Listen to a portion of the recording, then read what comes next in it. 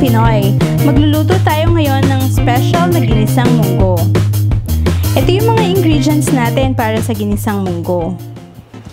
1 cup of munggo beans, 1 cup of spinach, or pwede din tayong gumamit ng dahon ng sili. 1 cup chicharon, 2 tablespoon fish sauce or patis, 5 pieces unshelled shrimp, 100 grams of pork, 1 medium onion, 4 cloves of garlic, 1 medium tomato, and black pepper. Ngayon, simulan na natin yung pagluluto natin ng ginisang munggo. Una natin gagawin ay huhugasan muna natin itong ating munggo. Ilalagay lang natin siya sa kaldero na gagamitin natin. At hugasan lang natin ito ng isang beses.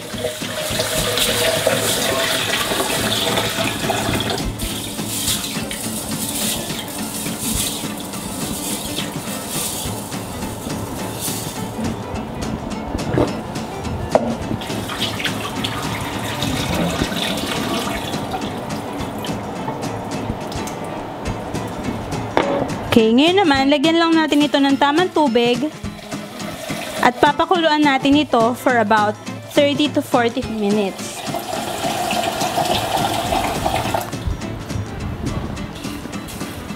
Okay. Lagyan na natin ito sa kalan. Ngayon, pakuluan na natin itong ating munggo. Buksan na natin yung apoy at hayaan lang natin itong kumulo hanggang sa maluto.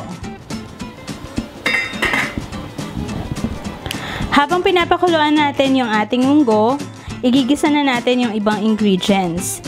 So, gagamit lang tayo ng kawali. Bubuksan natin ito at lalagyan natin ng konting cooking oil.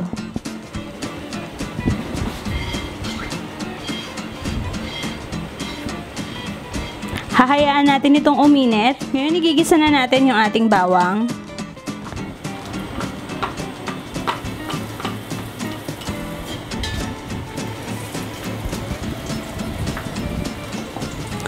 Ilagay na rin natin yung ating sibuyas.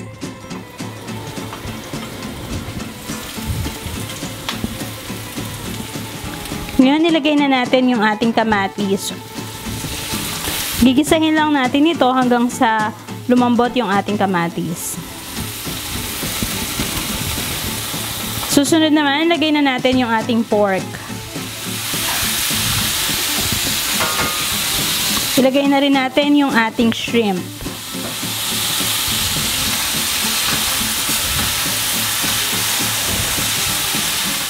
Lalagay na natin yung ating patis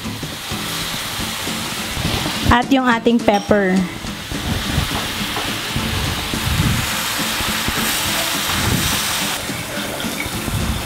Okay, ngayon papatayin na natin yung apoy nito niluluto natin at mamaya ilalagay natin ito sa pinakukuluan nating munggo. Ngayon luto na yung ating munggo. Pwede na nating patayin yung apoy.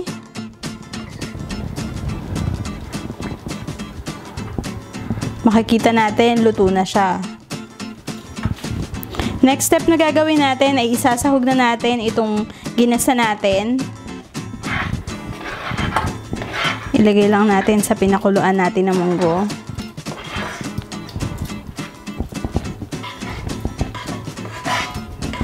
Haluin lang natin ito.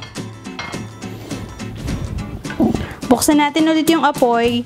At this time, ay ilalagay natin siya sa mahinang apoy. Hayaan lang natin kumulo ulit siya.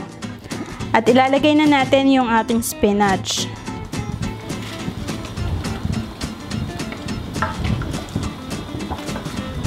Maaari na rin nating ilagay itong dinurog na chicharon.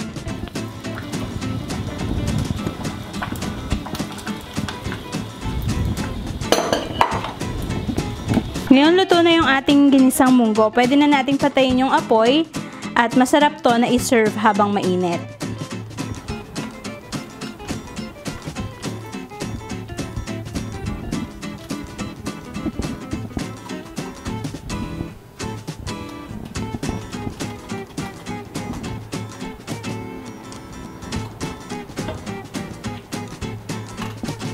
Ito na ang ating special na ginisang munggo. I hope natuto kayo sa pagluluto natin ngayon. Thank you for watching. Please don't forget to share and subscribe for more upcoming Pinoy recipes. See you next time. Bye!